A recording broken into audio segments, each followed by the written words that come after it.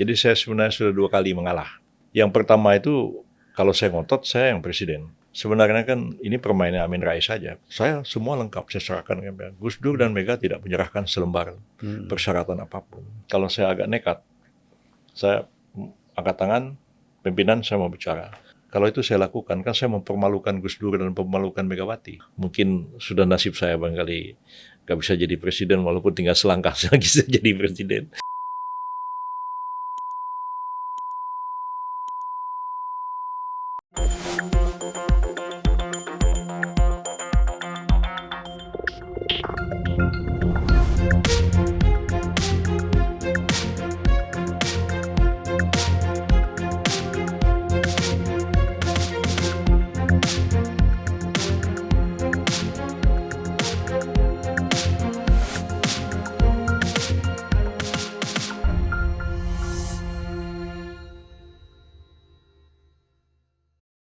Assalamualaikum warahmatullahi wabarakatuh. Waalaikumsalam warahmatullahi wabarakatuh. Selamat datang Prof. Dr. Yusril Ihza Mahendra. Tapi biar tidak terlalu formal, saya panggil Bang Yusril. Memang lebih senior dari saya. Baik di organisasi ataupun usia sebagai aktivis lebih senior dari saya. Ini biar orang juga tahu, Prof. Yusril ini, Bang Yusril ini pernah menjadi ketua, bukan DM dulu apa? Majelis Permusyawaratan Mahasiswa, MPMUI. MPMUI, Ya. itu ya. Itu ketua dewannya siapa ya waktu itu? Lukman Hakim. Masih ya? Lukman Hakim. Lukman Hakim, ketua, profesor juga itu Lukman sekarang ya. Lukman, ketua Dewan Mahasiswa. Ya. Bang Yusril ini sebagai ketua Majelis Permusyawaratan Mahasiswa. Jadi aktivis berat juga ini. Berat. Tapi hebat sekali. Aktifnya luar biasa, ya kan? Doktornya jadi, profesornya jadi ya. Setelah selesai studi, ini Bang Yusril langsung masuk dalam timnya Pak Murdiono waktu itu ya. Oh, belum juga. Belum ya? Saya waktu selesai studi jadi dosen cukup lama. Dan jadi asisten Profesor Osman Ralibi dan asisten Pak Ismail Suni almarhum. Ya. Baru setelah saya pulang dari Malaysia waktu itu, tahun 92, saya ditarik ke Seknek pada waktu itu oleh Pak Murdiono.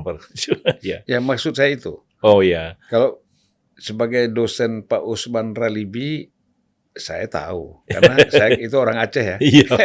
Saya sering ke rumah beliau juga. Iya, betul. Ismail Suni juga orang Aceh. Iya, betul. Ya. Jadi kalau Bang Yusril ini dengan orang Aceh itu sudah cukup akrab. Kan? Cukup akrab dan intens ya. Nah, baru 92, 9 berapa itu gabung? 92. Gabung sama Pak Murdiono.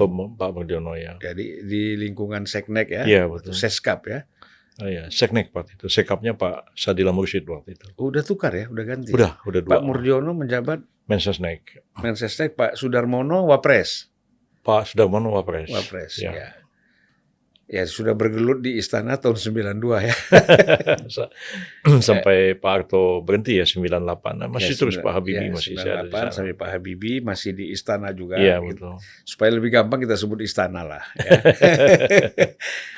Kemudian pada masa Gus Dur itu sempat menjadi menteri Menteri Kehakiman ya? Iya, Menteri Hukum dan Perundang-undangan, tapi kemudian dirubah namanya jadi Menteri Kehakiman dan HAM ya. Karena Kementerian HAM itu dibubarkan dan kemudian digabungkan ke Kementerian Hukum dan Perundang-undangan, jadilah nama baru itu Kementerian Departemen Kehakiman dan HAM pada waktu itu. Ya, jadi menjadi anggota kabinet itu pada masa Gus Dur presiden, pada masa Ibu Mega, pada masa Pak SBY. Pak SBY. Ya. Jadi 3 presiden. Jadi 5 presiden ada di istana. Sebenarnya kalau sekarang tetap juga di istana karena saya lihat sering mundar-mandir ketemu Pak Jokowi juga ya. Dimintai pendapat apa karena. Ya. Jadi walaupun bukan orang istana. Begitu. Ya. Kan beda orang istana dengan orang yang memang ada di lingkungan istana itu berbeda ya. Kalau dulu orang istana, sekarang orang yang sering diundang minta pendapat lah.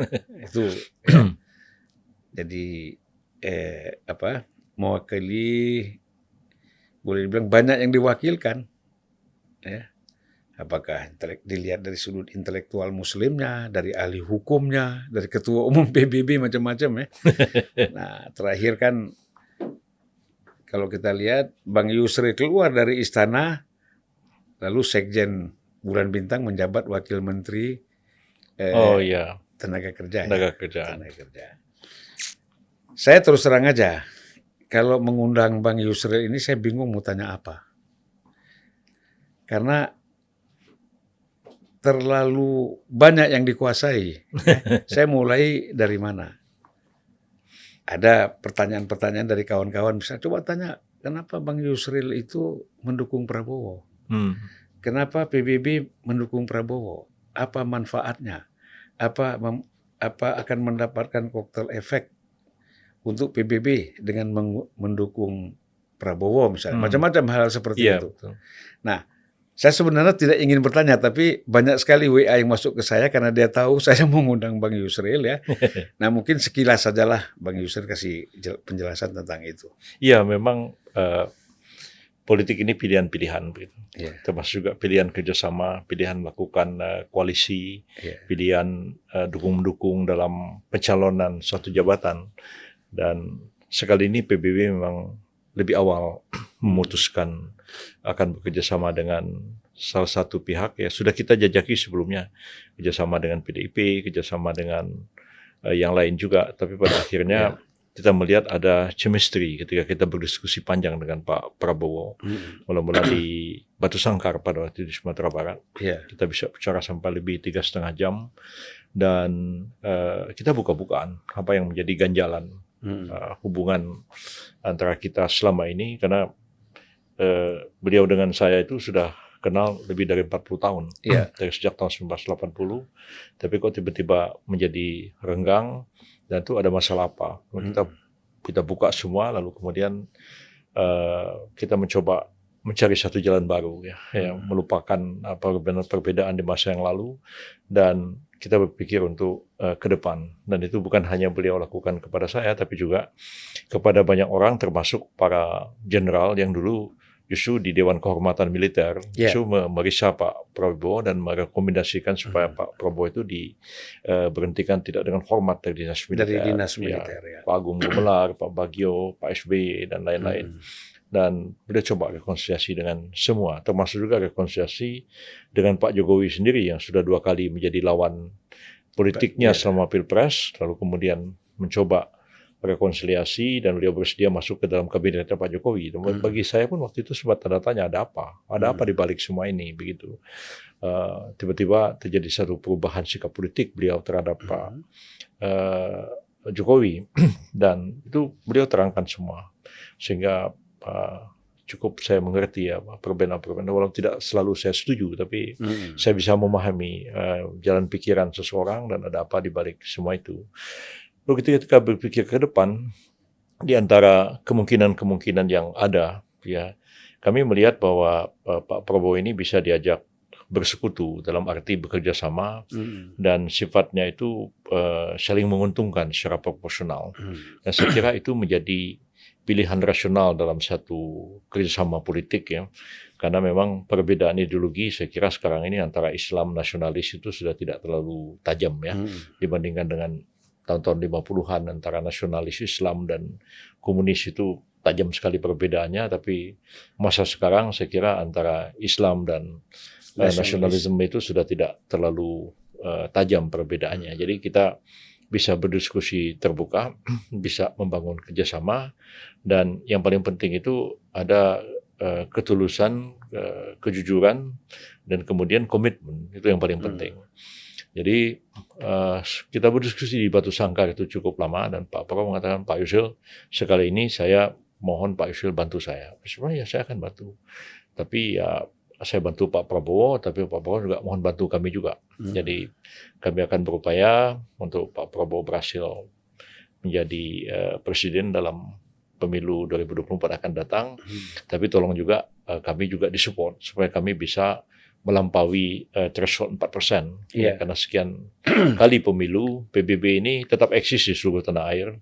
Tapi sudah berapa kali pemilu terakhir ini sejak 2014 14 ya, PBB tidak punya wakil di DPR, dan itu bagaimana bisa saling membantu dalam segala hal lah. Dan Pak Prabowo mengatakan ya tentu kita harus saling bantu-membantu. Jadi dengan itulah sebenarnya kita membangun kerjasama ini. Dulu sebenarnya sudah pernah dikemukakan oleh Pak Sandi, kira-kira 10 tahun yang lalu.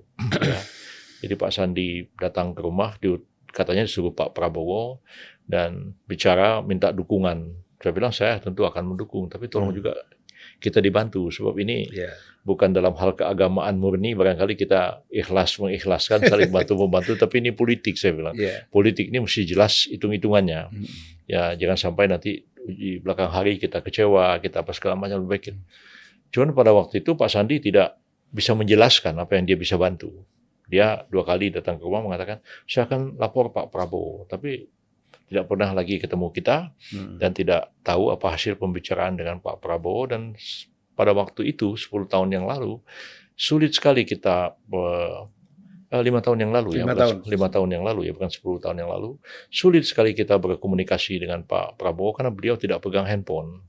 Handphone dipegang oleh para staf, para ajudan, dan tidak selalu pesan-pesan kita sampai ke beliau. Bahkan kita minta waktu juga tidak, ya nanti terus, tapi tidak pernah kesampaian. Jadi lama-lama kita, gimana kita mau kerjasama kalau kesulitan kita dalam berkomunikasi. Nah, hal yang sama pun sebenarnya juga dengan Ibu Megawati. Ya, Ibu Megawati juga termasuk tokoh yang mungkin lebih sulit daripada Pak Prabowo untuk dihubungi. Ya. Beliau tidak pegang handphone dan segala sesuatu diserahkan kepada staf. Ya, kalau saya ketemu langsung kepada beliau, mungkin lagi ada orang pesta kawin begitu. Mbak, saya mohon waktu mau ketemu nih, mau ngomong-ngomong sama Mbak. Ya Dek, nanti Mas Hasto yang atur waktunya. Tapi sampai 3 tahun nggak pernah ketemu juga. Jadi agak susah saya pikir. Barangkali ya kalau untuk kritik bagi semua ya, barangkali ya di zaman modern sekarang ini ya, kalau orang tokoh tidak pegang handphone, tergantung pada ajudan, lama-lama yang menentukan itu ajudan, bukan lagi kita. Saya pikir tuh misinformasinya juga banyak. Misinformasinya banyak. Dan apa berita pun tergantung apa yang disodorin kepada kita, bukan inisiatif dia untuk mencari kan. Gitu. Jadi semua terseleksi seperti itu. Saya ingat dulu Pak Harto ya, setiap 3 hari sekali itu ada report dari ajudan, dari BIN Intelligence tentang apa yang terjadi. Itu saya baca dan saya kasih tanda-tanda apa begitu. Tapi Pak Harto dia baca semua. Dia baca semua. Walaupun kita tahu bahwa belum tentu juga apa yang dilaporkan oleh Bakin zaman itu yang sesungguhnya terjadi. Tapi apa yang mereka laporkan dia baca dan dia cross check kepada sumber-sumber intelligence yang lain. Dan sebenarnya Pak Harto punya pengetahuan akurat tentang banyak hal. Mungkin itu contoh bagus ya. Ya kan kalau kita lihat tren ya, pemimpin-pemimpin dunia juga seperti Marcon, kemudian Obama misalnya waktu dia jadi presiden, itu kan handphonenya di tangan. Handphonenya di tangan. Bahkan ketika dia baru landing pesawat langsung dicari Facebook, Twitter kan, apa berita yang bisa. Bahkan sampai sekarang Mahathir seperti itu ya. Jadi agak terkebelakang juga kalau ada calon-calon pemimpin negara kita ini tidak bisa menggunakan alat komunikasi yang efektif ini ya. Itu saya kira memang itu. Mungkin bisa, teman nggak mau sibuk barangkali ya. Jadi semua diserahkan kepada ajudan, kepada staf ya. Saya dulu waktu jadi menteri juga begitu. Ada ajudan, maka dia pegang handphone, tapi saya pegang handphone sendiri. Ya, jadi walaupun tentu tidak semua publik sampai ke bawah tahu, tetapi setidaknya di kalangan para pemimpin, para politisi, mereka tahu handphone, wartawan tahu handphone saya. Anytime dia bisa tanya, dan saya juga bisa berkomunikasi dengan mereka, dan saya kira ya kita memang harus mendapat informasi yang benar ya, dengan cara-cara seperti ini. Ya, hampir semua lah. Presiden kan juga Jokowi kita tahu waktu dia jadi gubernur nomor handphonenya kita tahu ya. Betul. SBY juga begitu. Tapi begitu jadi presiden dipegang ajudan dia ganti nomor. Itu dia. Problem saya juga dengan Anwar Ibrahim begitu sekarang. Ya. Dulu anytime kita bisa berkomunikasi, kita membantu beliau ya, bahkan kita melerai ketegangan beliau dengan Pak Mahathir maupun dengan Pak Najib pada waktu itu. Tapi begitu jadi Perdana Menteri, dia nggak pegang handphone, dan ajudan-ajudannya kita telepon setengah mati. Ya. Ya, ajudannya tidak kenal dengan kita. Mm-mm. Ya, bagaimana persahabatan yang sudah terbangun puluhan tahun. Nah, itu masalah tuh kadang-kadang. Dia pikir siapa ini yang Ini pikir menghubungi. siapa gitu. Gitu. Ya, tapi begini, Bang Yusril ya, ini buat saya satu hal menjadi catatan penting. Orang sesibuk Bang Yusril, kita tahu bagaimana sibuknya dalam dunia hukum, dalam berbagai aspek ya. Ya. Persoalan, mulai dari persoalan sebagai lawyer, kemudian mengajar mungkin masih, studi tentang hukum masih tetap dijalankan ya, kemudian berhubungan dengan banyak pihak dalam dunia hukum dan politik. Nah, tetapi kan masih sempat mengurus satu partai. Saya dulu baca tulisan yang tidak dibukukan oleh Bang Yusril, itu mengenai seorang leader. Leader itu, Bang Yusril itu menulis bahwa pertama dia harus menguasai ideologi, kemudian dia harus menguasai, harus organisatoris, Iya. ketiga dia harus propagandis. Propagandis. Betul nggak? Iya, betul. Itu kan 3 Bang Yusril. Saya ingat itu. Iya. Ya. Saya ngajar anak-anak HMI seperti itu dulu. Stensilannya masih saya simpan itu. Oh iya. Masih saya simpan. Itu pegangan juga buat saya. Iya, betul. Nah, jadi Bang Yusril ya, apa teori-teori seperti ini bisa kita terapkan dalam situasi partai politik kita sekarang? Saya kira ya, apa yang saya tulis itu sebenarnya banyak diilhami oleh tokoh-tokoh menjelang Perang Dunia Kedua, Adolf Hitler, Mussolini, maupun di tokoh-tokoh di Barat, Roosevelt dan lain-lain begitu. Dan mereka ya tentu didasarkan pada situasi zaman itu ya, teknologi informasi belum secanggih sekarang ini, sehingga mereka memang harus berpikir sebagai seorang ideolog, sebagai seorang organisator dalam menyusun kekuatan, dan juga sebagai seorang komunikator atau propagandis pada waktu itu dengan pidato-pidato bisa meyakinkan publik seperti yang dilakukan oleh Adolf Hitler. Kita bisa membayangkan kalau Hitler itu hidup zaman sekarang ketika Twitter, Facebook, segala macam media sosial ada, ini kayak apa tuh otak manusia itu bisa dia cuci ya. Padahal zaman itu hanya dengan pidato-pidato.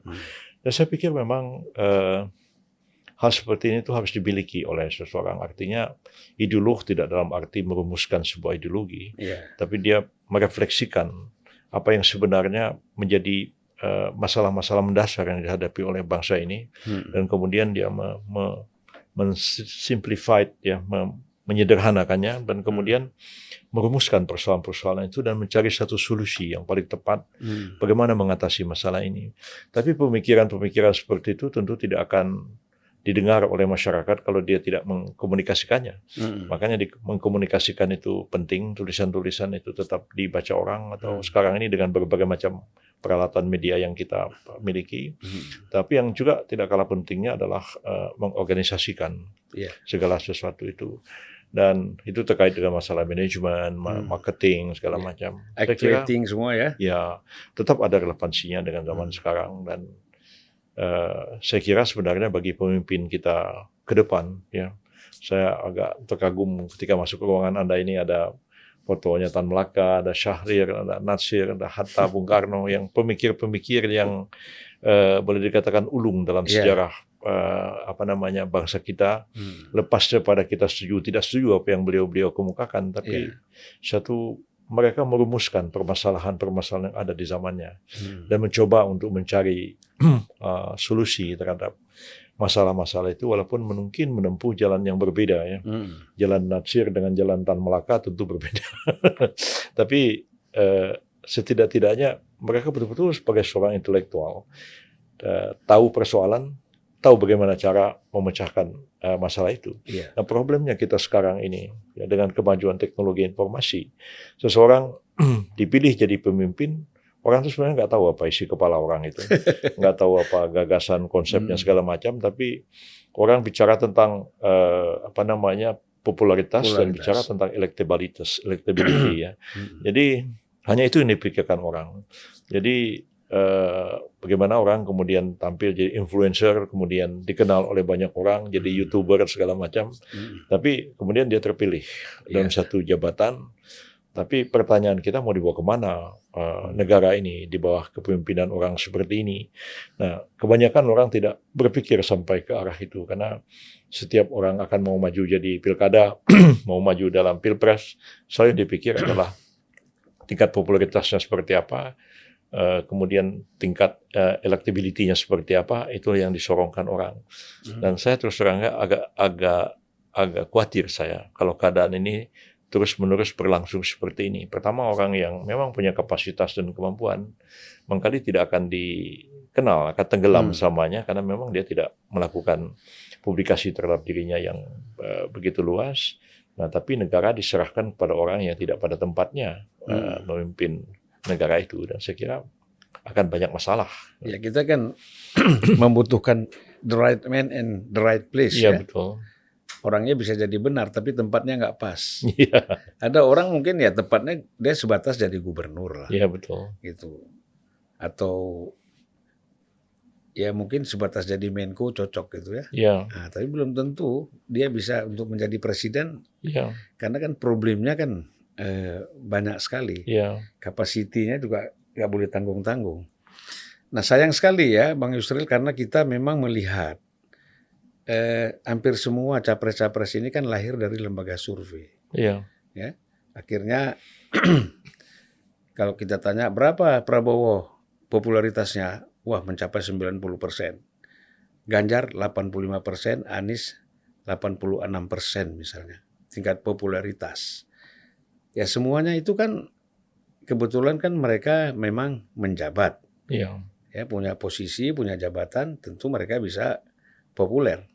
Artinya banyak sarana yang mereka bisa manfaatkan untuk meningkatkan popularitas mereka.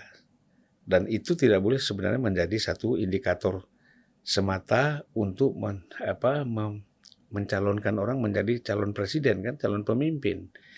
Nah, orang-orang seperti Bang Yusril itu kan terus terang kalau kita bicara dari popularitas kan memang masih terbatas. Karena lebih banyak aktif di dunia profesi ya. Ada di dunia politik, ada di dunia hukum atau sosial, tapi kan tidak seperti mereka bisa merambah kemana-mana. Dan biasa media kita itu memang lebih tertarik kalau ada statement-statement dari pejabat. Sehingga pejabatnya lebih cepat populer. Saya pernah tanya di sini misalnya, orang kan sebenarnya kalau lihat Mahfud MD itu dari segi pemberitaan kan luar biasa. Tetapi kenapa kalau disurvei nggak sampai 5% untuk capres? Gitu. Nah, beberapa teman lembaga survei itu mengatakan dia hanya populer di kalangan aktivis dan orang-orang intelektual, tetapi tidak populer di masyarakat umum. Gitu. Sehingga ya ketika disurvei masukkan nama dia, ya rendah gitu loh. Nah itu mungkin yang menjadi problem. Jadi, dan kita bisa bantah itu Bang Yusril. Bagaimana kita mengatasi alasan-alasan seperti itu? Ya sebenarnya sih belum tentu juga. Ya. Jadi kadang-kadang kita terpengaruh kepada kesan. Orang itu punya titel, ya, punya gelar akademik yang tinggi dan orang itu kelihatannya elit begitu. Lalu kita asumsikan orang ini orang kota, di kampung nggak dikenal, belum tentu. Ya. Ya, karena dengan tingkat sebelum media sosial berkembang seperti sekarang, dulu hanya televisi misalnya, Ya. itu membuat orang itu dikenal sampai ke level yang paling bawah. Ya. Saya nggak ingin memberi contoh, mungkin saya sendiri atau orang lain. Tapi kawan saya dulu, Dr. Surin Pitsuwan, itu orang Thailand, Muslim, dan pernah menjadi Menteri Dalam Negeri dan pernah menjadi Menteri Luar Negeri Thailand dan terakhir menjadi Sekjen ASEAN di Jakarta ini. Yeah. Surin itu kelihatan sangat elitis, ya, doktor dari Harvard, profesor di Thammasat, ya. Lalu saya jalan sama Surin di kampung-kampung, nggak ada satupun orang di kampung di Thailand tuh yang nggak kenal sama Surin. Jadi saya pun mengalami hal yang sama. turun sampai ke bawah, kayak kemarin saya pergi ke Papua, turun ke kampung-kampung di Kendari, orang kenal semua. Iya. Kadang-kadang kita sendiri yang orang kota yang mempersepsikan seperti itu, kita nggak kenal di bawah. Belum tentu orang itu tidak dikenal. Iya. Nah, jadi hal seperti ini juga kadang-kadang pilihan-pilihan, ya. Lembaga survei menaruh nama seseorang, tergantung juga apa kepentingannya, siapa sponsor yang ada di belakang itu. Seseorang yang bisa saja ditenggelamkan, bisa juga diangkat ke permukaan, seperti itu. Cuma menurut saya sebenarnya satu hal yang perlu dipertimbangkan oleh mereka ini, ya.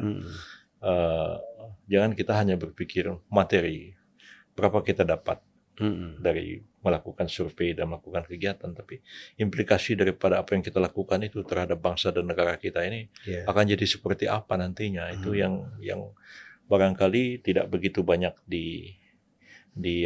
dipikirkan, ya. Dan kita tidak melakukan satu pendidikan politik yang benar kepada masyarakat, seolah-olah pemimpin itu kita pilih karena popularitasnya tinggi, elektabilitasnya tinggi, selesai. Nah, dan kalau dilakukan seperti itu, orang itu kan berpikir pendek-pendek aja. Nggak mungkin orang berpikir jauh-jauh, apalagi orang awam begitu, ya. Ambil satu contoh sederhana, ya. Kalau orang itu disuruh menggambar Tuhan, ya, memvisualisasikan Tuhan, pasti yang digambar itu adalah apa yang dikenal di dalam konteks budayanya. Ya. Kalau orang Bali disuruh menggambar Tuhan, nggak mungkin wajahnya orang Madura, kan? Pasti wajahnya orang Bali. Ya. Kalau kita lihat patung Yesus, semuanya seperti Franco Nero, wajah Yesusnya. Wajahnya wajah orang Eropa, wajah orang Itali.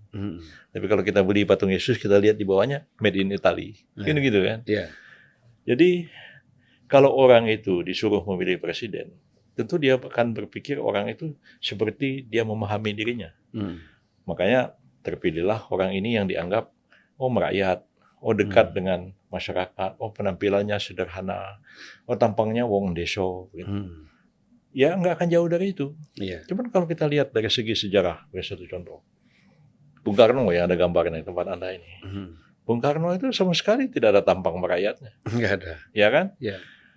Zaman rakyat compang-camping, dia pakai dasi, pakai jas, begitu bagus, pakai peci, pakai kacamata mentereng, pakai mobil bagus, ya. Kelihatan sangat elitis. Tapi siapa yang mengatakan Bung Karno itu tidak punya jiwa kerakyatan? Nah, jadi kadang-kadang jiwa penampilan itu, bisa sama sekali jauh daripada realitas yang sesungguhnya terjadi. Tapi ya di masyarakat kita kadang-kadang penampilan itu penting, dan orang mudah sekali terpengaruh kepada hal-hal yang sederhana. Seperti Pak Jokowi pada awal menjadi sangat populer karena masuk gorong-gorong, kan begitu. Ya, tapi apakah memang betul dia keluar masuk gorong-gorong? Belum tentu. Tapi itu di blow up begitu rupa sehingga dia melekat di hati rakyat, dan ketika orang memilih pemimpin, yang dia pilih itu orang yang tidak jauh gambarannya dengan dirinya sendiri. Jadi barangkali ada gambar Syahrir, ya. Kita agak sulit bisa memahami dalam konteks zaman sekarang, ya. Syahrir itu boleh dibilang orang yang sangat elit zaman awal kemerdekaan kita. Partainya PSI itu berkali kayak PBB sekarang, partai yang kecil begitu. Tapi berkali-kali dia jadi Perdana Menteri, dan boleh dikatakan intelektual yang cukup paham masalah-masalah kenegaraan kita, walaupun dia menempuh jalan yang agak berbeda dari militer, dia menempuh jalan diplomasi dan perundingan. Tapi siapa yang mengatakan bahwa Syahrir tidak memainkan satu peran penting dalam mempertahankan keberadaan negara Republik Indonesia ini? Jadi kalau zaman sekarang orang seperti Syahrir itu hidup, ya mungkin nasibnya seperti saya juga. Kalah di survei. Kalah di survei. Kalah di survei. Jadi bisa kita bilang ini, kalau salah-salah lembaga survei ini, kalau kita bicara surga dan neraka ini bahaya nih. Karena kalau salah menyuguhkan orang, kan korbannya terlalu besar, ya. Terlalu besar. Jadi memang objektivitas lah. Kembali lagi tadi seperti Bang Yusril mengatakan bahwa jangan berorientasi hanya konsumtif. Ya, jangan hanya sekedar kita mendapat bayaran berapa, tetapi kan idealisme harus punya. Karena NPWP katanya. Nomor piro, wani piro. Itu makanya kita lihat hampir lembaga survei itu kan hampir rata-rata hampir sama ya, Iya, hampir sama. Walaupun tergantung figur-figur di belakangnya ada yang masih menyimpan idealisme sedikit, iya, ada sama sekali sudah lost gitu kan. Ya akhirnya begini, kita kan waktu zaman Pak SBY dulu 2004 kan nggak ada survei ya Pak. iya, belum begitu banyak lah Belum kayak belum ada sekarang. survei. Artinya dia maju aja. Iya, Dia yakin bahwa kalau dia maju dia bisa menang kan. iya, Baru 2009 kita mulai pakai survei-survei survei. ini. Apalagi mulai dengan pilkada langsung, Mm-mm. pilpres langsung, udah Mm-mm. tanpa jadi-jadi. Jadi saya juga melihat kemarin tuh pemilu Filipina yang terakhir ya, Iya, um, yang memilih anaknya Marcos menjadi iya. presiden ya. Karena popularitas ya, saya ada 2 orang di Filipina tuh yang agak mengejutkan kita dalam pemilihan Senat Filipina. Satu orang Filipina tinggal di Los Angeles. Dia nggak pernah datang ke Filipina, hanya menjelang pemilu dia baru datang. Tapi dia main medsos terus dari luar negeri. Dan dia terpilih nomor 2, terbanyak. Yang nomor 1 itu bintang film terkenal, namanya Robin Padilla. Dan bintang terkenal yang film yang laga yang terkenal sekali dan terpilih tanpa kampanye, terpilih nomor 1, suaranya paling besar di Filipina. Dan saya lihat, saya kenal orang ini. Ketika dia menyampaikan pidato di Istana Malacañang, dia mulai kata-kata Bismillahirrahmanirrahim, Alhamdulillahirrabbilalamin, baru dia ngomong pakai bahasa Tagalog. Jadi ini orang Muslim, ya, orang Muslim yang siapa tahu itu bisa-bisa jadi presiden dari Filipina nanti. Iya. Ya itu ya karena ya dunia sudah berubah. Jadi pernah juga petinju Pacquiao kan terpilih jadi senator di Filipina ya. Iya, iya. Ya, jadi saya pikir akhirnya orang memilih yang populer begitu ya. Ya Duterte juga populer karena omongannya yang aneh-aneh begitu ya. Terpilih jadi presiden. Nah, terus sekarang orang setelah melihat sekian lama di bawah katakanlah semacam reformasi ya, presiden euforia terus menerus begini, orang Filipina tuh berpikir seperti sebagian orang Indonesia juga. Jadi bagian kita kan lebih enak zaman Pak Harto kan kata orang. Iya. Orang Filipina ada dream ya. Daripada begini terus, lebih enak zaman Marcos. Nah, begitu. Makanya anak Marcos terpilih menjadi presiden, walaupun setahu saya anak Marcos sekarang ini tidak seperti bapaknya dulu. Dia lebih demokratis, lebih terbuka. Jadi saya tidak tahu. Cuman kalau di sini itu terjadi ya, anak Bung Karno sudah pernah dicoba kan jadi presiden. Ya, anak Pak Harto ya belum ya. Repot juga kenapa jadi presiden. Tapi betul-betul saya berharap sebenarnya ke depan ini kita memang punya leadership yang kuat, demokratis begitu, dan pemimpin yang cerdas sebenarnya, yang mengerti persoalan-persoalan besar yang dihadapi oleh bangsa ini, dan kemudian dia tahu bagaimana solusi memecahkan persoalan-persoalan ini. Jadi sebenarnya seorang pemimpin itu kan orang seperti intelektual begitu, yang dia mampu melihat sesuatu yang tidak dilihat oleh orang lain sebenarnya. Jadi ya, dia tahu ini inti masalahnya, ini titik penyelesaiannya. Jadi akan sangat sulit negara kita ini karena berdasarkan popularity dan electability, terpilih orang jadi presiden, dilantik oleh MPR, dia datang ke istana, dia bingung apa yang harus mau dikerjakan sebagai seorang presiden.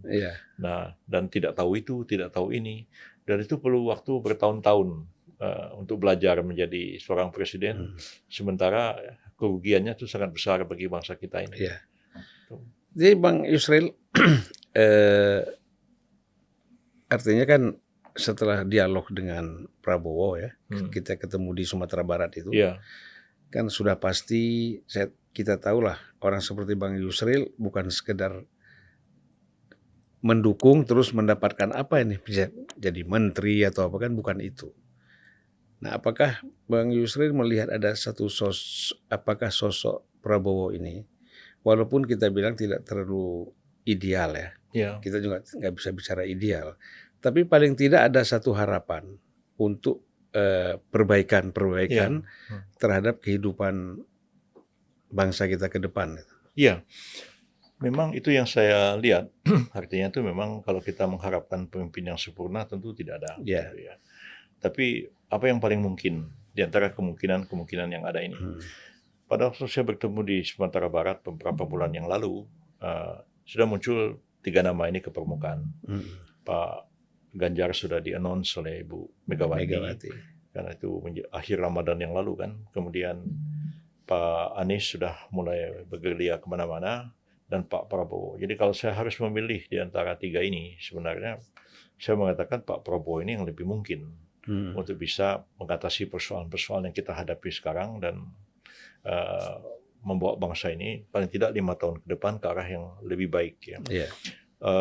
Tentu pandangan saya subjektif ya menilai seperti ini, karena 5 tahun yang lalu juga kami nggak dukung Pak Prabowo kan. Ketika Pak Prabowo bergabung sama Pak Sandi, dan kita Pak Jokowi dengan Pak Kiai Ma'ruf, kita lebih support Kiai Ma'ruf pada saat terakhir ya. Saya pada waktu itu diminta menjadi lawyernya Pak Jokowi, dan saya bersedia menjadi lawyernya. Jadi lebih cenderung kita memilih Pak Jokowi, karena saya pikir pada waktu itu Pak Jokowi ini lebih dia masih bisa meneruskan apa yang dia kerjakan, yang mungkin kekurangannya akan ditutupi 5 tahun yang akan datang. Sementara Pak Prabowo pada waktu itu tidak terlalu jelas apa yang mau dikerjakan, dan begitu juga kerjasama dengan koalisinya juga, terutama Pak Sandi ya, nggak begitu jelas apa yang mau dikerjakan, sehingga kemudian udahlah. Nah, tapi setelah 5 tahun berlalu dan Pak Prabowo kemudian, walaupun seperti saya katakan tadi agak kontroversial, bergabung ke kabinetnya Pak Jokowi ya, dan kemudian dari situ ya dia punya pengalaman lebih banyak, belajar lebih banyak di situ, dan kemudian temperamennya juga banyak berubah begitu. Dan kita lihat juga bahwa Pak Prabowo itu ya seperti dia mengorbankan dirinya juga begitu, karena bergabung dengan lawan politik ya, kemudian menjadi katakanlah anak buah dari orang yang semula setara dalam berlaga. Tapi kalau saya pikir-pikir ada aspek benarnya juga, oleh karena kalau beliau itu tidak bergabung, keterbelahan kita ini sebagai bangsa itu parah sekali ya, karena isu agama dimainkan sebegitu rupa pada waktu Pilpres 5 tahun yang lalu dengan ijtima ulama ya yang mendukung Prabowo Sandi, dengan ini sudah dalil-dalil agama semua yang dipakai. Neno Warisman sudah bikin puisi yang kalau Prabowo ini kalah ya Allah tidak ada lagi orang Tuhan akan menyembahmu. Sampai jenazah aja mau dibawa ke masjid ditanya ini pendukung Jokowi atau pendukung Prabowo. Dan itu di mana-mana umat sebenarnya juga terpecah ya. Saya lihat di Dewan Dakwah itu ada yang kita memilih jalan sendiri ya, tapi sebagian besar tegas itu harus mentaati fatwa ulama. Saya pun mengatakan begini, ini ulama dari mana, itu satu poinnya. Kedua, yang namanya ijtihad itu kan bisa benar bisa salah, saya pikir ya. Apalagi ijtihad ini menentukan pilihan. Pilihan itu belum tentu benar, ya kan begitu. Begitu juga ketika di masa awal sejarah Islam yang menjadi khalifah yang sebenarnya siapa? Apakah Ali ataukah Muawiyah bin Abu Sufyan? Ya kan pilihan-pilihan yang sulit, ya kan? Apa kurangnya Ali? Apa kurangnya Muawiyah? Abu Bakar mungkin. Yang Muawiyah, khalifah pertama. Ya pertama kedua tidak masalah. Yang jadi masalah yang khalifah Ali itu kan. Yang keempat berarti. Yang keempat. Nah, ketika Muawiyah men-challenge, mengatakan dia adalah khalifah kan. Dan kemudian kalau kita baca hadis sahih ya, baik Ali maupun Muawiyah itu dijamin masuk surga. Susah ya pilihannya ya. Susah pilihannya. Nah, tapi itu terjadi dalam sejarah.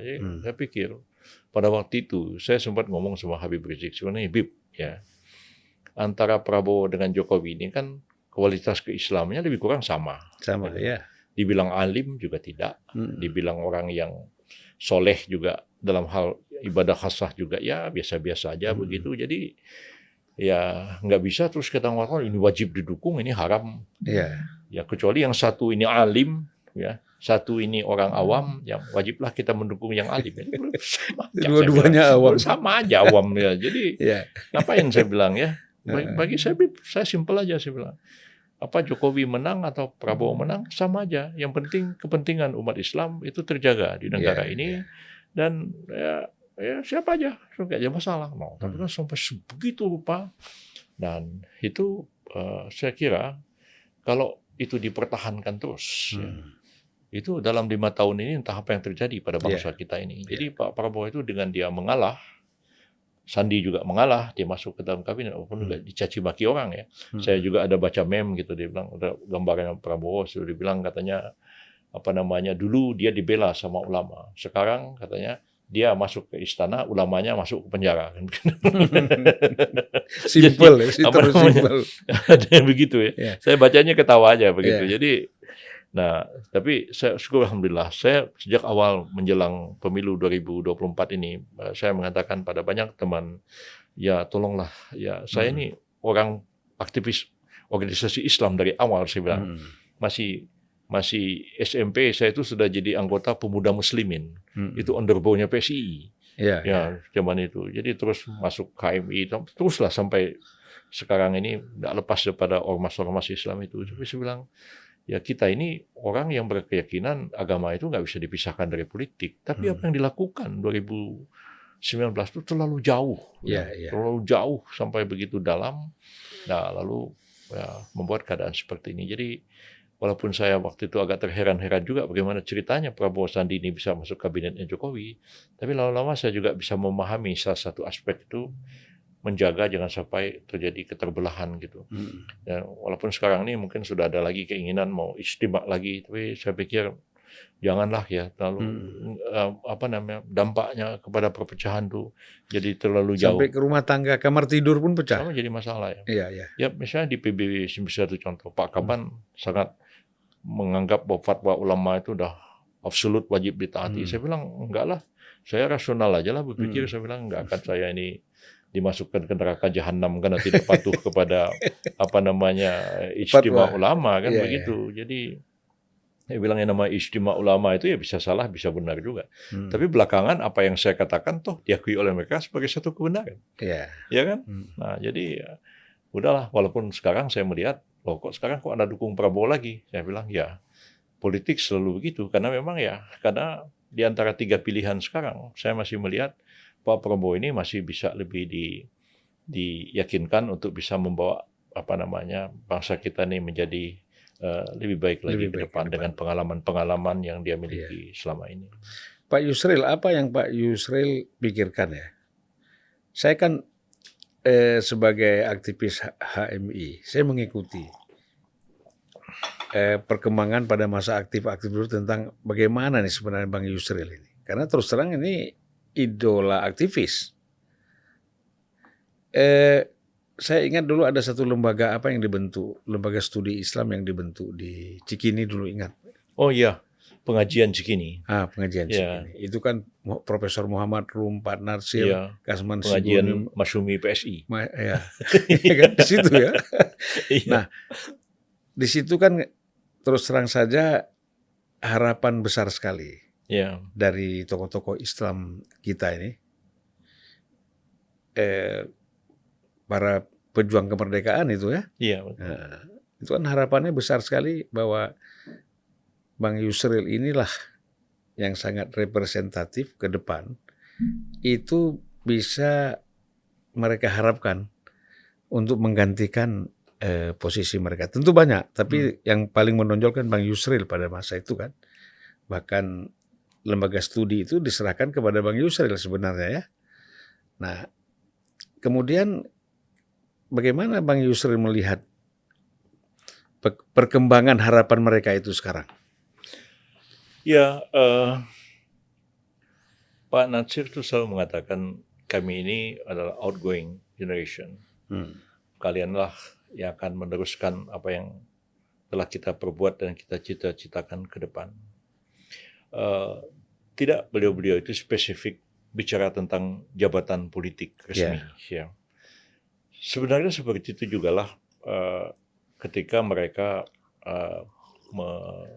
menerima pelajaran dari para senior Ahmad Sukati, Haji Agus Salim, dan Hawis Cokro Aminoto yang Pak Natsir berguru kepada orang-orang ini pada zaman itu. Dan jadi mereka sebenarnya menyediakan kader-kader. Pada waktu kita merdeka tahun 45 ini, kader-kader ini terutama adalah dari Young Islamitan Bond pada waktu itu ya. Jadi anak-anak yang berpendidikan Barat tapi mempunyai komitmen yang tinggi kepada Islam. Ya, seperti itu juga lah kita ini. Ya, kita ini nggak pernah mondok di pesantren, nggak pernah apa begitu. Madrasah ya begitu, belajar agama ya. Tapi agak mirip dengan Pak Natsir, dengan Dr. Sukiman, Syafruddin, Muhammad Rum dan lain-lain itu. Jadi mengharapkan kita tuh menjadi kader, tapi mereka tidak tahu sebenarnya apa yang akan terjadi ke depan. Nah, ketika Haji Agus Salim itu masih ada pada waktu itu, kita merdeka, maka ketika kabinet kita berubah jadi presidensial ke parlementer, Syahrir perlu orang-orang muda masuk kabinet. Agus Salim tinggal merekrut, panggil Natsir, panggil Rum, panggil Syafruddin, Yusuf Bibisono dan lain-lain, maka masuk ke kabinet. Mula-mula mereka sudah masuk di dalam KNIP. Nah, zaman saya itu sudah agak berbeda posisinya. Orang-orang Masyumi pada waktu itu sudah senior habis semua. Tinggal satu-satunya masih ada Anwar Haryono, Rusyad Nurdin, ada Sultan Buton, Laude Manarfa, orang-orang tua-tua yang sudah sepuh sekali. Dan Masyumi itu bubar kan dulu anggota intinya itu kan NU Muhammadiyah, Persis, Wasliyah dan lain-lain. Itu kan sudah lama dilepas sebelum Masyumi bubar. Dan satu-satunya organisasi yang masih nyantel ke Masyumi itu Dewan Dakwah. Dan Dewan Dakwah itu hanya sebuah yayasan, bukan sebuah ormas. Nah, jadi ketika reformasi lahir, kesempatan membangun partai politik tumbuh kembali. Nah, Muhammadiyah kemudian punya link dengan PAN, NU dengan PKB. Nah, segera itu disambut ke bawah. Nah, ex-Masyumi yang membentuk PBB pada waktu itu, dia nggak punya akar ke bawah. Dewan Dakwah hanya sebuah yayasan. Dan Dewan Dakwah pun sebenarnya terpecah-pecah. Ada Ayam Fatwa jadi PAN, ada Hussein Umar, Dahlan Basri jadi PKS, ada Hussein Umar tetap DP3, dan lain-lain. Keadaannya seperti itu. Jadi agak sulit ya, karena itu dibandingkan pertumbuhan PKB dan PAN, kalau lihat dari segi akar organisasi pendukungnya ke bawah, PBB dia sudah kehilangan dukungan, basis dukungan di bawah.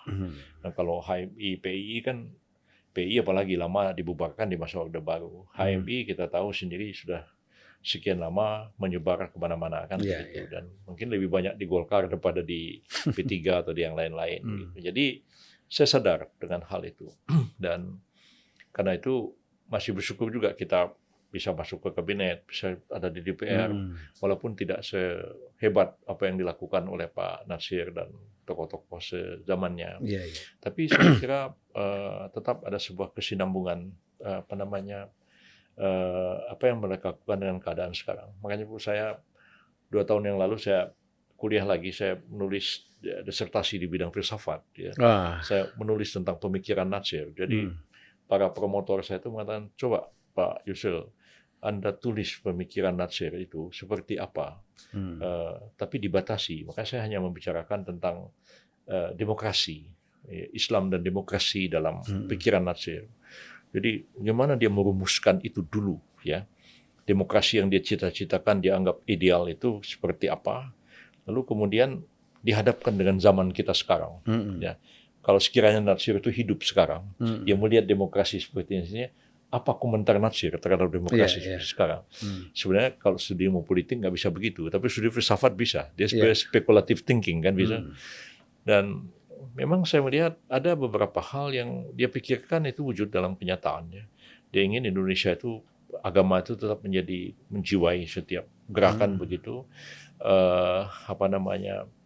Tidak lagi terjadi dikotomi yang begitu tajam antara partai Islam dengan partai nasionalis. Itu terjadi di zaman Natsir. Tapi bahwa etik yang menjadi fondasi demokrasi itu tidak terjadi sekarang seperti yang dibayangkan oleh Natsir. Jadi saya asyik juga saya menulis ini begitu. Jadi seolah-olah saya menghadirkan Natsir seolah dia hidup sekarang. Barangkali kalau dulu itu ada Kristianto Wibisono, dia menulis wawancara imajiner dengan Bung Karno. Tapi saya enggak, saya betul-betul nulis substansi di bidang filsafat. Bukan imajiner ya. Bukan imajiner. Dan ada satu hal, saya ingin, ini penting ya untuk untuk para aktivis sekarang, para politisi sekarang ya, itu mengambil pelajaran. Bagaimana konflik itu tidak menjadi suatu permusuhan yang melebar. Saya kan ambil contoh. Ketika pemilihan presiden pada masa Megawati waktu itu ya, Iya, kan Bang Yusril maju sebagai calon presiden. calon presiden. Satu lagi kalau nggak Gus salah Dur. Gus Dur, Ya, kemudian Megawati ya. ya, Tapi Bang Yusril mengundurkan diri. Oke, itu satu. Yang kedua kemudian pada saat Ibu Mega Gus Dur turun, Ibu Mega kan menjadi presiden, Ya. calon presiden. Bang Yusril maju lagi nggak? Saya lagi-lagi diminta untuk tidak maju lagi oleh Hamzah Has dan lain-lain. Begitu. Iya. Jadi saya sebenarnya sudah 2 kali mengalah. Ya. Hmm. Yang pertama itu kalau saya ngotot saya yang presiden. Iya. Karena kan menurut TAP MPR pada waktu itu kalau presiden itu yang memenuhi syarat cuma satu orang, Iya. maka itu MPR harus mensahkan secara aklamasi. Hmm. Sebenarnya kan ini permainan Amin Rais saja. Jadi Gus Dur dan Bu Mega itu tidak menyerahkan persyaratan apapun kepada MPR. Iya. Kalau sekarang ini kan ada syaratnya itu tidak sedang pilot, tidak sedang pidana, kesehatan, bebas G30S, kemudian kelakuan baik, itu nggak mudah itu. Karena suratnya harus teken Ketua Mahkamah Agung, sudah tidak pilot, surat kelakuan baik diteken oleh Kapolri, G30S paling tidak ditandatangani oleh Pangdam. Kesehatan harus diuji oleh tim penguji kesehatan RSCM. Saya semua lengkap, saya serahkan. Gus Dur dan Mega tidak menyerahkan selembar persyaratan apapun. Cuman Amin Rais waktu itu bilang, ya katanya 3 calon sudah lengkap. Padahal kita udah tahu tuh, pendaftaran ditutup jam 8, jam 10 pemilihan. Jam 8 tidak ada yang mendaftar, cuma saya sendiri. Nah, Anda bisa bayangkan pada waktu itu, Bung Zulfan, kalau saya agak nekat, saya angkat tangan, pimpinan saya mau bicara. Tadi Saudara Ketua MPR Amin Rais mengatakan 3 calon memenuhi syarat. Coba masing-masing fraksi ini dipanggil ke depan, wakilnya, untuk melihat persyaratan 3 orang ini memenuhi atau tidak. Kalau itu saya lakukan, kan saya mempermalukan Gus Dur dan mempermalukan Megawati di depan seluruh rakyat Indonesia. Dan pada waktu itu terjadi, mereka nggak punya pilihan kecuali mensahkan saya sebagai presiden sebagai aklamasi. Tapi kan orang akan melihat, kok ngotot banget saya mau jadi presiden gitu. Nah, jadi demi untuk mencegah jangan sampai terjadi perpecahan yang begitu besar ya, okelah saya mengalah dan Gus Dur terpilih. Pada waktu itu saya ingat, dan kemarin dikonfirm sama Kiai Ubaidillah Faqih, anak dari Kiai Abdullah Faqih di Langitan. Iya. Jadi ketika sore hari Gus Dur terpilih sebagai presiden itu, saya dipanggil Gus Dur ke Wisma Negara di Komplek Istana. Dan kemudian setelah saya bicara dengan Gus Dur kira-kira 10 menit, saya turun ke bawah. Ketika lift dibuka, ada serombongan kiai, ada Hovifah di situ, ada Abdullah Faqih, ada anaknya Ubaidillah, ada Soleh dan lain-lain. Waktu lift dibuka, saya sendiri keluar dari lift. Kiai Abdullah Faqih mengatakan, Pak Yusril, ya kami warga Nahdliyin, kami terima kasih sama sampean. Sampean sudah ikhlas mundur sehingga Gus Dur terpilih menjadi presiden. Jadi saya bilang pada beliau waktu itu, saya bilang, Pak Kiai, kalau tahun 52 dulu terjadi perselisihan NU dan Masyumi, antara lain itu karena faktor Menteri Agama. Sekarang urusan Menteri Agama itu sudah saya ganti dengan Presiden. Jadi mohon antara warga NU dan anak cucu orang Masyumi ini, selesailah persoalan ini. Dan itu ketika kemarin, kira-kira 2 minggu yang lalu, saya datang ke Pondok Pesantren Langitan. Kiai Abdullah Faqih sudah wafat ya. Saya diajak berziarah ke makamnya malam-malam dan Kiai Haji Ubaidillah itu mengatakan, saya ingat Pak Yusril ngomong begitu. Ya, jadi Pak Yusril sudah berkorban. Ya, bilang jabatan ini apalah artinya bagi saya ya. Satu hari dia datang dan pergi. Berkali ya, kekuasaan itu diberikan Allah kepada orang yang dia kehendaki.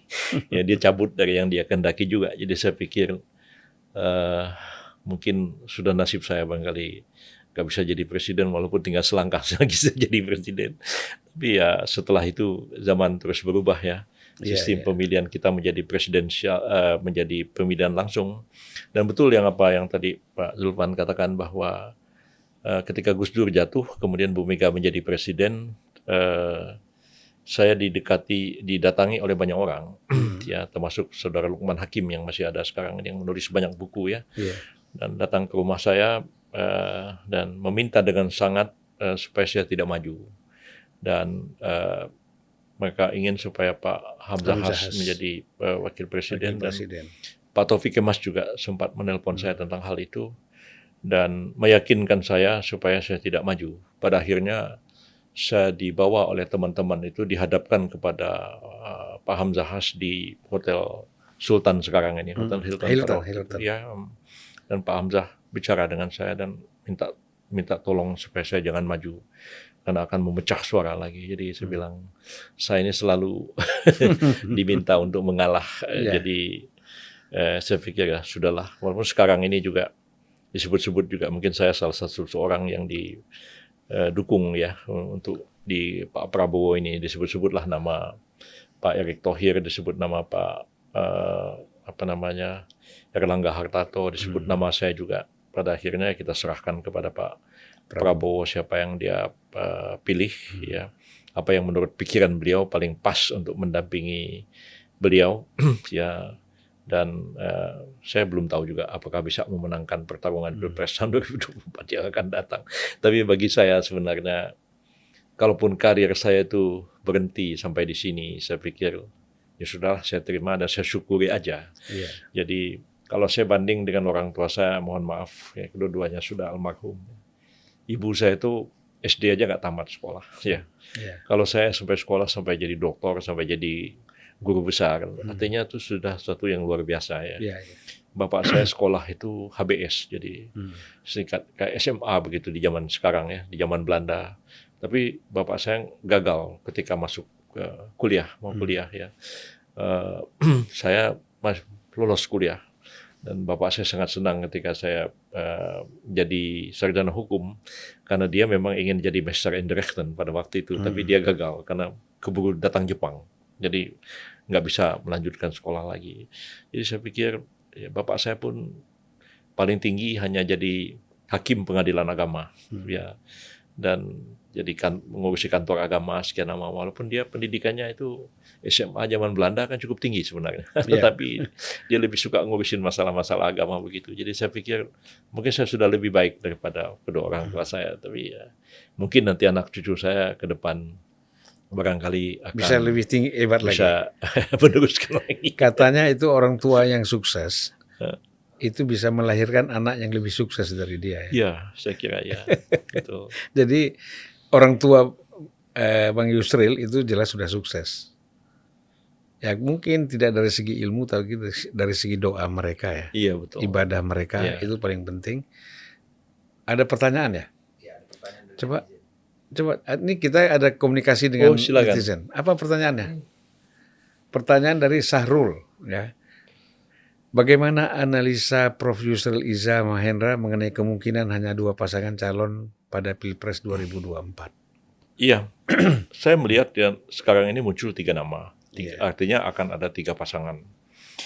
Beberapa hari yang lalu memang ada wacana Prabowo dengan Ganjar ini bersatu. Tapi saya dari awal mengatakan sulit untuk mewujudkan itu. Dan jam 6 sore 2 hari yang lalu Pak Sekjen PDIP Pak Hasto mengatakan itu selesai. Karena sebentar lagi Bu Mega akan mengumumkan siapa calon presidennya, wakil presidennya Pak Ganjar. Ya saya kira memang ini pertarungan martabat ya, antara 2 partai besar dan kemudian antara tokoh yang memang Pak Prabowo kan sudah sekali maju sebagai wakil presiden kalah, 2 kali maju sebagai calon presiden juga kalah, dan sekarang ini ada pendatang baru Pak Ganjar dari gubernur ingin maju ke pertarungan presiden. Jadi untuk bersatu saya kira itu memang agak berat untuk ini. Dan salah satu kan harus mengalah jadi wakil. Dan saya kira PDIP mungkin Pak Ganjar pribadi mau jadi wakil, tapi PDIP sebagai partai terbesar mungkin mengatakan ya tidak pantas PDIP menjadi wakil. Iya. Nah, sementara Pak Prabowo ya tetap sudah mengatakan ini seperti pertarungan terakhir beliau. Jadi kemungkinan 3 pasangan, tapi saya tidak tahu pasangan Pak Anies dengan Pak Muhaimin ini apakah akan terus langgeng sampai ke pendaftaran nanti atau juga bubar di tengah jalan. Ya, karena bisa aja ada keinginan supaya menghendaki hanya ada 2 pasangan calon. Tapi kalau saya analisis dari segi kepentingannya Pak Prabowo, 2 pasangan maupun 3 pasangan dia tetap berada pada posisi yang diuntungkan. Ya, karena kalau kita melihat formasi bangsa kita ini antara kelompok Islam dan kelompok nasionalis begitu, pada pilihan kalau ada tiga pasangan berarti siapa yang kalah? Dugaan saya mesti Pak Anies itu akan tersingkir pada pemilihan pertama. Minta maaf nih dugaan saya begitu. Tinggal Pak Prabowo melawan Pak Ganjar dan pasangannya. Lalu pendukung Anies yang berbasis Islam ini akan lari kemana? Yeah. Saya kira akan lari ke Prabowo daripada lari ke Ganjar. Kalaupun dari awal misalnya ternyata yang menang misalnya Prabowo lawan Anies, masuk ke putaran kedua. Nah, lalu yang nasionalis dan yang merah-merah ini, yang di belakang Ganjar akan dukung siapa? Nggak mungkin dia dukung Anies, pasti dia akan dukung Prabowo.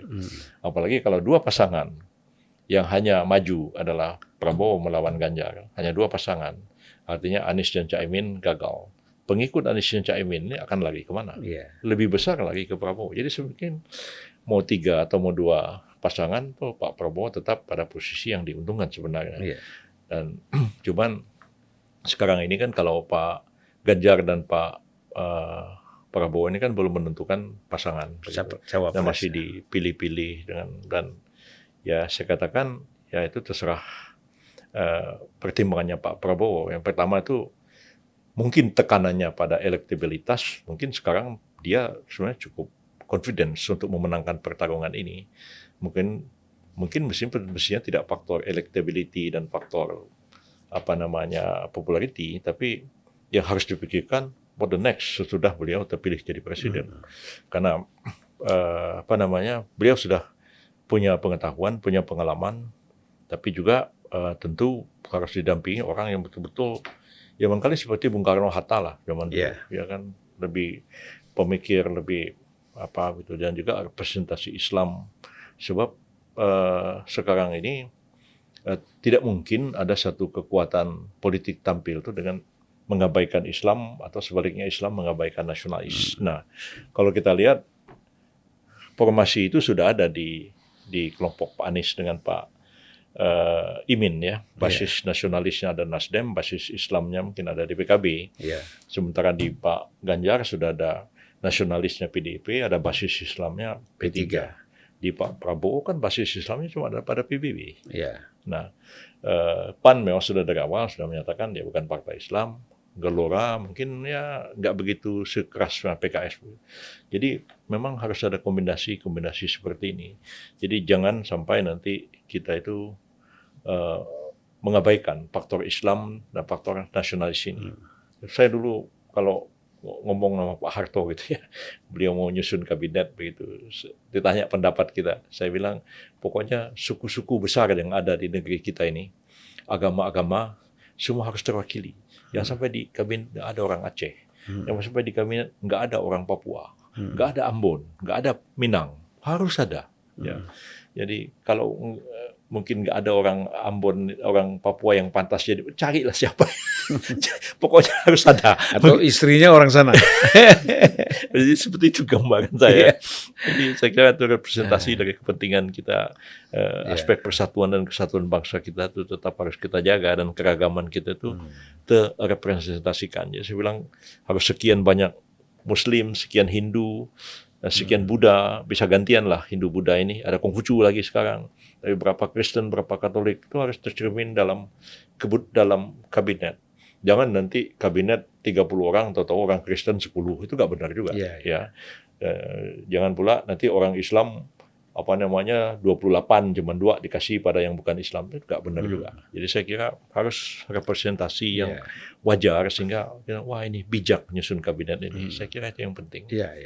Nah, itu juga kan sebenarnya yang menjadi pertimbangan Ibu Mega ya. Ketika Bang Yusril sudah tidak maju lagi sebagai cawapres, Ya. kan dia juga minta supaya Akbar Tanjung dan SBY juga nggak usah maju. Biar Pak Hamzahas saja, supaya itu jelas nasionalis dengan Islam itu bisa berjalan bersama-sama Iya. untuk membangun negara ini. Kan Iya, itu sebenarnya.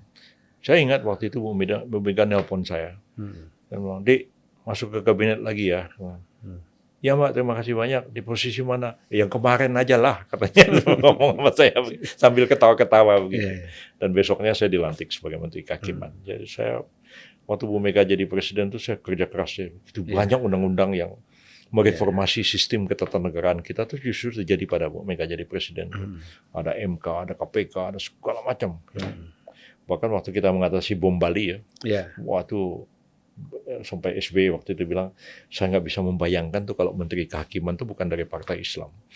Karena kan tuduhan bahwa perpu terorisme itu memberangus Islam kan kencang sekali. Ya, jadi saya sangat senang waktu itu kerjasama yang cukup baik Bu Mega dengan kita pada waktu itu.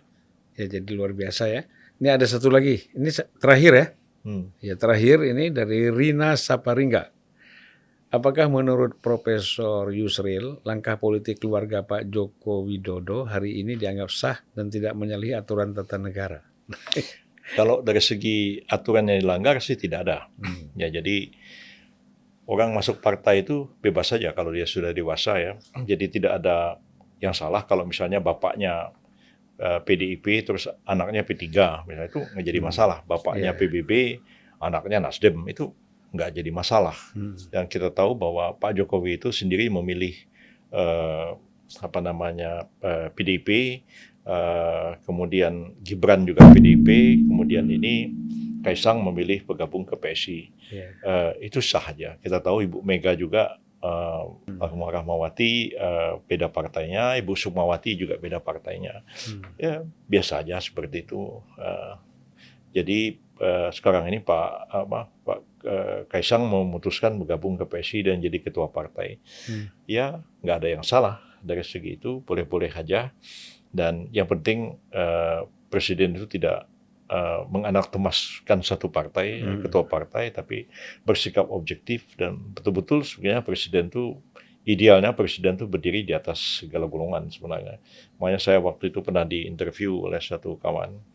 Kalau Anda nanti, siapa tahu Anda jadi presiden atau wakil presiden, apakah Anda akan tetap jadi ketua partai? Saya bilang saya mempertimbangkan jadi ketua partai itu. Sebab saya ingin ketika saya terpilih dalam satu jabatan itu kan saya presiden dari semua orang, bukan presiden dari partai tertentu. Dan kita lihat dulu Bung Karno juga tidak menjadi ketua PNI lagi setelah terpilih menjadi presiden karena beliau ingin berdiri di atas semua golongan. Tapi Perdana Menteri pada waktu itu memang seperti Syahrir atau Pak Natsir ya ketua partai. Tapi presiden itu betul-betul simbol negara dan dia berada di atas semua golongan. Kira-kira seperti itu.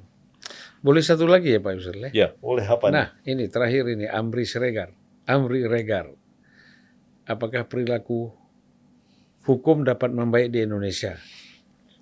Begini, itu yang saya menjadi program yang saya sampaikan ke Pak Prabowo untuk mengimbangi beliau. Pertama, ialah bahwa kita harus membangun satu sistem hukum yang adil dan mempunyai tingkat kepastian yang tinggi. Di negara kita ini hukum sudah tidak adil, tapi kepastian hukum tidak ada. Itu yang menyebabkan kita tertinggal dalam semua aspek. Demokrasi kita centang perenang, ekonomi kita juga pertumbuhannya tidak seperti kita harapkan, misalnya dibanding dengan Malaysia, negara tetangga kita. Karena salah satu aspeknya itu pendekatan ekonomi, menyelesaikan ekonomi hanya dengan pendekatan ekonomi itu nggak akan selesai. Aspek-aspek non-ekonomi seperti hukum itu mempunyai peran yang sangat penting. Nah, selain norma hukum yang adil dan pasti, itu presiden itu harus punya satu ketegasan bagaimana menegakkan hukum itu satu visi, satu pandangan. Ya, jangan seperti sekarang ini tiap-tiap aparat penegak hukum menerapkan hukum menurut seleranya sendiri. Kejaksaan lain, KPK lain, polisi lain lagi, putusan pengadilan juga tabrakan satu dengan yang lain. Saya kira tertib hukum itu penting. Dan tertib hukum itu juga sekaligus menjadi jiwa tertibnya masyarakat kita dan kemudian berjalannya demokrasi itu secara normal di tengah-tengah masyarakat kita ini. Saya kira memang siapapun jadi presiden yang akan datang ini layak untuk mempertimbangkan aspek hukum ini. Nah, saya melihat Pak Prabowo beberapa kali memaparkan program kerja beliau dan saya mengatakan Pak Prabowo ada yang kurang. Bapak tidak memperhatikan aspek hukum. Saya orang hukum, saya paham bahwa masalah hukum itu menjadi sangat penting bagi pertumbuhan ekonomi dan kemajuan sebuah negara. Siapa mau investasi kalau kepastian hukum tidak ada, kan begitu. Ya sekarang ini orang bikin perusahaan misalnya, sudah jadi perusahaannya, didaftar di Kumham. Begitu perusahaannya itu berkembang pesat, ya tiba-tiba ada RUPS jadi-jadian. Notaris kemudian mensahkan RUPS itu, terus secara elektronis tiba-tiba perusahaan itu sudah berganti para pemegang sahamnya. Ya, kalau seperti itu siapa yang mau investasi di sini? Nah, kita punya sertifikat rumah tanah kita. Sudah 30 tahun yang lalu kita punya. Tiba-tiba dibatalkan oleh BPN dengan dalih bahwa dulu waktu nyusunnya ini ada cacat prosedur. Nah kita kan nggak tahu. Kita kan mohon. Kita mohon kan ditanya, diminta apa syaratnya. Ini kita sudah penuhi. Kan kita masih ada yang kurang Pak. Enggak Pak, sudah cukup. Dikeluarkan sertifikatnya.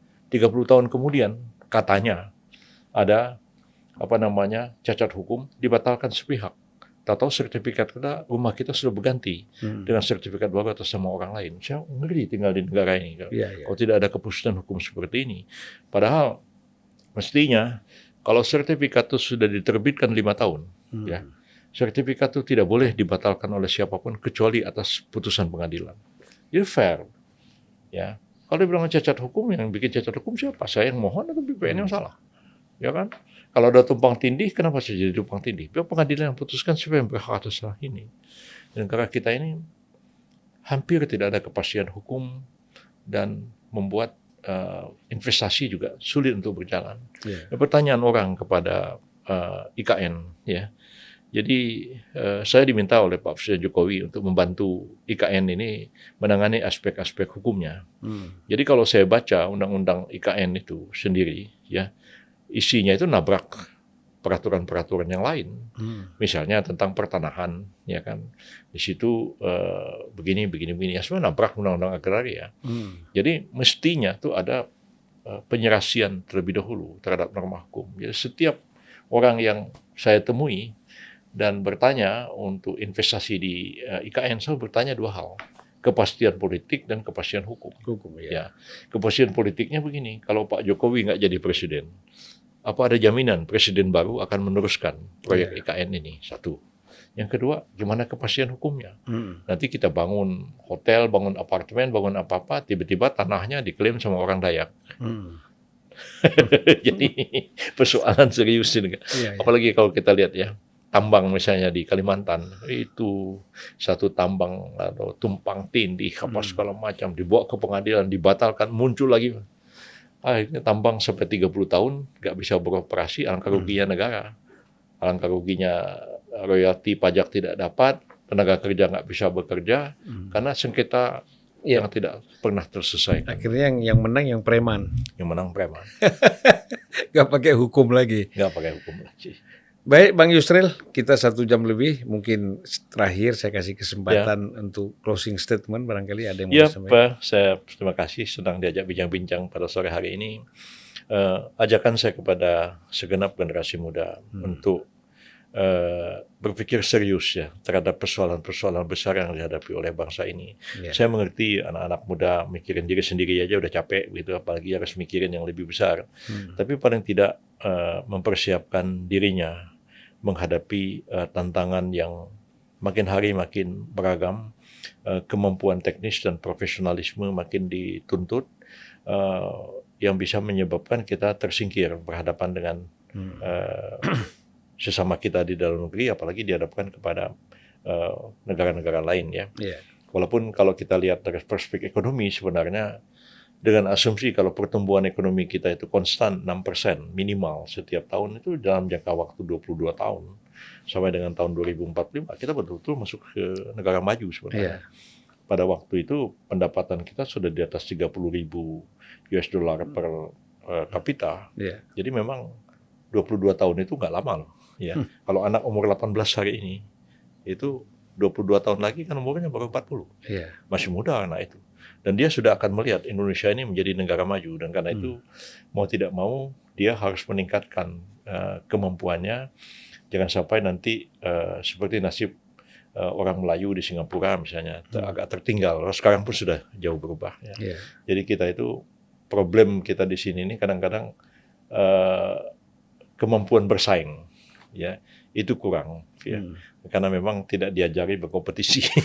Kita orang dari kampung selalu orang tanya Mas Yusril, kenapa kamu sekolah tuh mati-matian? Saya bilang saya di kampung ini pergi nangkap ikan, jual ikan di pasar. Jadi kalau saya itu gagal sekolah, saya balik ke kampung, saya jual ikan lagi di pasar.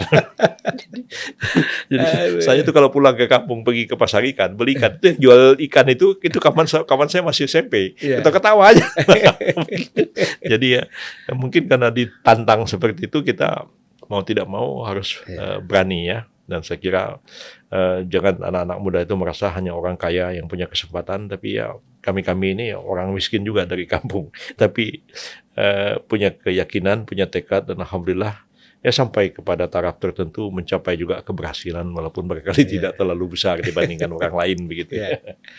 Ya, jadi pada kawan-kawan viewer kita ya, yang mereka semuanya yang menonton YouTube, para penonton ini bisa menangkap bahwa memang kita ngobrol sama Bang Yusril ini tidak banyak bicara soal politik praktisnya, tapi lebih banyak pada aspek pencerahan sebenarnya. Ya. Itu penting sekali karena pencerahan ini bisa mengatasi problem-problem tadi, polarisasi, konflik, semuanya perbedaan-perbedaan yang tajam itu bisa diatasi ya Bang Yusril. Terima kasih Bang Yusril, sampai jumpa lagi. Terima kasih. Assalamualaikum warahmatullahi wabarakatuh. Waalaikumsalam warahmatullahi wabarakatuh.